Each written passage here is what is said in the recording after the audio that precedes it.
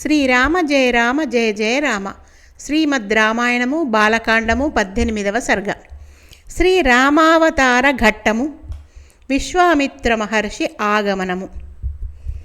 మహాత్ముడైన దశరథ మహారాజు ప్రారంభించిన అశ్వమేధ పుత్రకామేష్టి క్రతువులు సక్రమముగా ముగిసినవి. దేవతలందరూ తమ తమ హవిర్భాగములను స్వీకరించి స్వస్థానములకు చేరిరి. యజ్ఞదీక్షా నియమములు పూర్తి కాగానే సేవకులు, సైనికులు, వాహనములు వెంటరాగా రాజు రాణులతో కూడి పురమున ప్రవేశించెను. యజ్ఞమునకు విచ్చేసిన దేశాధిపతులందరినీ దశరథుడు వారి వారి యోగ్యతలను అనుసరించి సన్మానించెను. వారును మిక్కిలి సంతోషించిరి. వశిష్ఠ మహర్షికి నమస్కరించి తమ తమ దేశములకు వారంతా బయలుదేరిరి. అయోధ్య నుండి తమ తమ నగరములకు వెళ్ళుచున్న శ్రీమంతులైన ఆ రాజుల యొక్క సైనికులు దశరథుడు ఒసంగిన వస్త్రాభరణములకు సంతసించిన వారై చక్కగా భాసిల్లిరి. రాజులందరూ వెళ్ళిన పిమ్మట శుభలక్షణ సంపన్నుడైన దశరథుడు వశిష్ఠాది మహర్షులు ముందునకు సాగిపోవుచుండగా పురమున ప్రవేశించెను. నగర ప్రవేశానంతరము దశరథుడు ఋష్యశృంగుని సాదరముగా పూజించెను. పిమ్మట ఆ మహర్షి తన భార్య అయిన శాంతతో ప్రయాణమయ్యెను. ధీశాలి అయిన రోమపాదుడు ఆయనను సపరివారముగా అనుసరించెను. వారినందరినీ దశరథుడు కొంత దూరము అనుసరించి వీడ్కొలిపెను. దశరథ మహారాజు వచ్చిన వారినందరినీ వీడ్కొలిపి మిక్కిలి ఆనందించెను. అనంతరం పుత్రప్రాప్తిని గురించి ఆలోచించుచు హాయిగా నివసించసాగెను. యజ్ఞము ముగిసిన పిమ్మట 1 సంవత్సర కాలము గడిచెను. 12వ మాసమున చైత్ర శుద్ధ నవమి నాడు పునర్వసు నక్షత్రము 4వ పాదమున కర్కాటక లగ్నమున కౌసల్యాదేవి యందు శ్రీరామచంద్ర ప్రభువు ఉదయించెను. ఆ సమయమున సూర్యుడు, అంగారకుడు, గురుడు, శుక్రుడు, శని అను 5 గ్రహములను తమ ఉచ్చస్థానముల యందు అనగా క్రమముగా మేష, మకర, కర్కాటక, మీన, తులారాసుల యందుండిరి. కర్కాటక రాశి యందు గురుచంద్రులు కలిసియుండిరి. బుధ ఆదిత్యులు మేషమునందుండిరి. జగన్నాథుడును అన్ని లోకముల వారిచే నమస్కరింపబడువాడును సర్వశుభలక్షణ సంపన్నుడును మహాభాగ్యశాలియు విష్ణు వంశ సంభూతుడును ఇక్ష్వాకు వంశవర్ధనుడును అయిన శ్రీరాముని పుత్రునిగా కన్న కౌసల్యాదేవి ఎంతయో ధన్యులాలు. కౌసల్యాదేవి తన తపఃఫలముగా చేతియందు వజ్రరేఖలు కలవాడును మహాతేజశాలియును అయిన శ్రీరామచంద్రుని పుత్రునిగా పొందెను. దేవతలలో శ్రేష్ఠుడును వజ్రాయుధమును చేతియందు ధరించువాడు అయిన ఇంద్రుని పుత్రునిగా పొందిన అదితి వలె ఆమె ఎంతయో శోభిల్లెను. సత్యవాక్ పరిపాలకుడును సర్వసద్గుణ సంపన్నుడును విష్ణువు యొక్క చతుర్ధాంశవాడును అయిన భరతుడు కైకేయి యందు జన్మించెను. భరత జననానంతరము వీరులను వివిధములైన అస్త్రప్రయోగములయందు నిపుణులను విష్ణు అంశలతో ఒప్పెడివారును అయిన లక్ష్మణ, శత్రుఘ్నులు అను కవలలను సుమిత్రాదేవి కనెను. భరతుడు పుష్యమీ నక్షత్రయుక్త మీనలగ్నమునందు చైత్ర శుద్ధ దశమి నాడు జన్మించెను. అతడు గురువు యొక్క క్షేత్రమైన మీనలగ్నమునందు జన్మించడం వలన ప్రసన్నమైన బుద్ధి గలవాడయ్యను. లక్ష్మణ, శత్రుఘ్నులు ఆశ్లేష నక్షత్రయుక్త కర్కాటక లగ్నమునందు చైత్రశుద్ధ దశమి గడియలలో జన్మించిరి. 5 గ్రహములు రవి, కుజ, గురు, శుక్ర, శని ఈ గ్రహములు ఉచ్చరాశులలో ఉన్నప్పుడు ఈ 4 జననములు సంభవించెను. దశరథునకు కలిగిన 4 కుమారులను అన్ని విధములను గాను ఆయనకు తగినవారు. వారిలో ప్రతి ఒక్కరునూ వేరువేరుగా విశిష్టములైన గుణములు గలవారు. పూర్వాభాద్ర, ఉత్తరాభాద్ర నక్షత్రముల వలె వారు భాసిల్లుచుండిరి.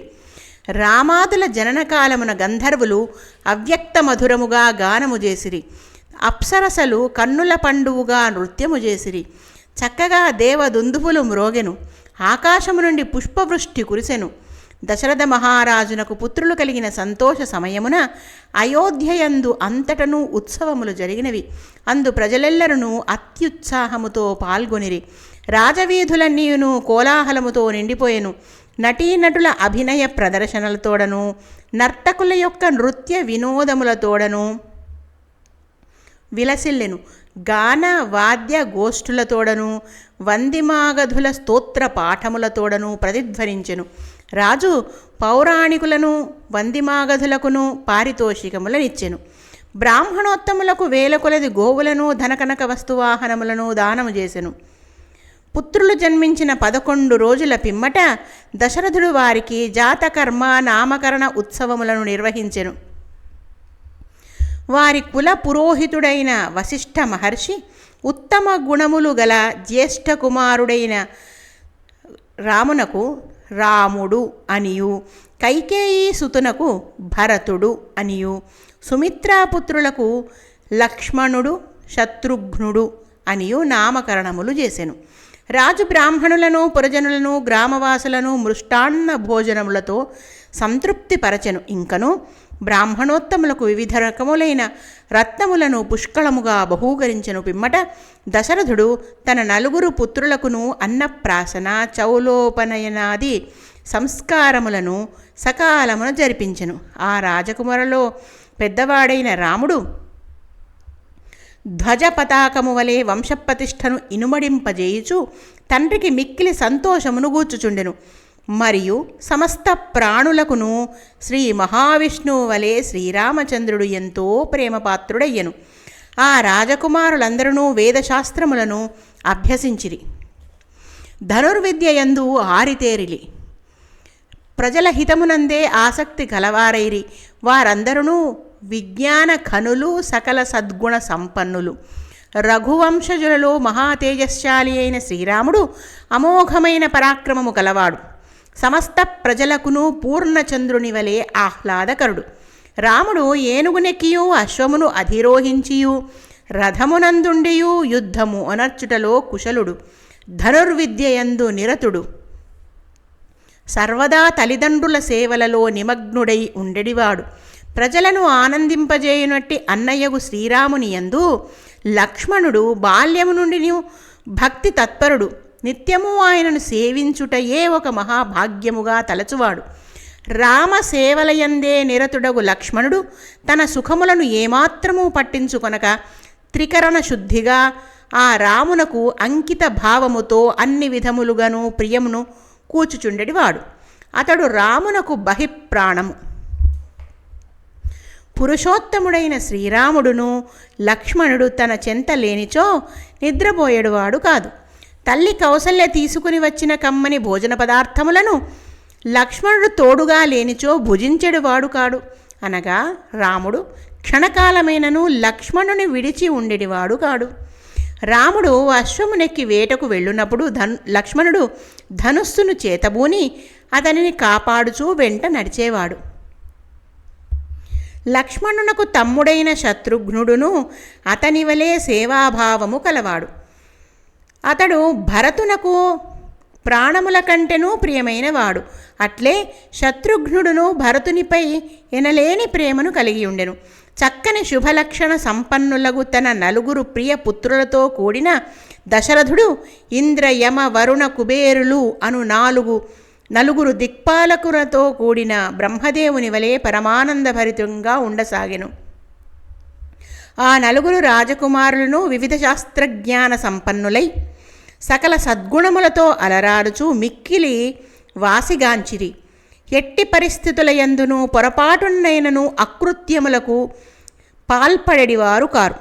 లౌకిక ప్రజ్ఞానిధులు, దూరదృష్టి కలవారు, ఇట్లు ప్రతిభాశాలురు, తేజోమూర్తులు అయిన తన కుమారులను చూచి దశరథుడు జగత్ సృష్టికర్తయైన బ్రహ్మవలే ఆనందించెను. పురుషశ్రేష్ఠులైన ఆ రాజకుమారులు వేదాంగ స్మృతులు పురాణ ఇతిహాసులయందును శ్రద్ధగా అధ్యయనం చేయుచుండిరి. తల్లిదండ్రులను పరమప్రీతితో సేవించుచుండిరి. ధనుర్వేదమునందు నిష్ఠ కలిగి ఉండిరి.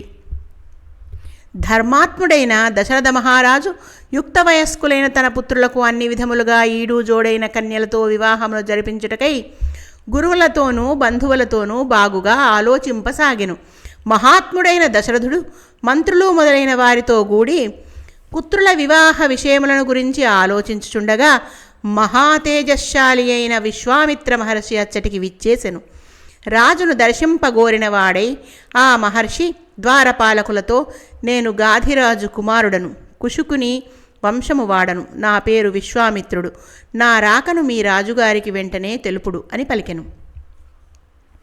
విశ్వామిత్రుడి మాటలను విన్న ఆ ద్వారపాలకులు కలవరపడి భయముతో రాజభవనమునకు పరిగెత్తిరి. వారు రాజప్రాసాదమునకు చేరి విశ్వామిత్ర మహర్షి యొక్క రాకను గూర్చి ఇక్ష్వాకు వంశజుడైన దశరథ మహారాజునకు విన్నవించిరి. ఆ ద్వారపాలకులు తెలిపిన వార్తను విని దశరథుడు సంతోషించిన వాడై పురోహితులను వెంట తీసుకుని బ్రహ్మకడకు ఇంద్రుని వలె ఆ మహర్షికి ఎదురేగెను. కఠోర నియమములను పాలించుచు బ్రహ్మతేజస్సుతో వెలుగొందుచున్న ఆ విశ్వామిత్ర మహర్షిని గాంచి రాజు మిక్కిలి సంతోషించెను. పిమ్మట ఆయనకు అర్ఘ్యపాద్యాది సత్కారములను జరిపెను. ఆ మహర్షి శాస్త్రోక్త విధులతో రాజుగారు సమర్పించిన అర్ఘ్యపాద్యాది సత్కారములను స్వీకరించెను. పిదప అతడు మహారాజుతో కుశల ప్రశ్నలను గావించెను. ధార్మికోత్తముడైన విశ్వామిత్రుడు, ఓ రాజా, కుశలమే కదా? సామంతరాజులందరూ నీ అదుపులో ఉన్నారా? శత్రువులందరినీ జయించితివా? యజ్ఞాది దైవ కార్యములు అతిథి సత్కారాదులు చక్కగా సాగుతున్నవి కదా అని దశరథుని పరామర్శించెను. పిమ్మట ఆ మహర్షి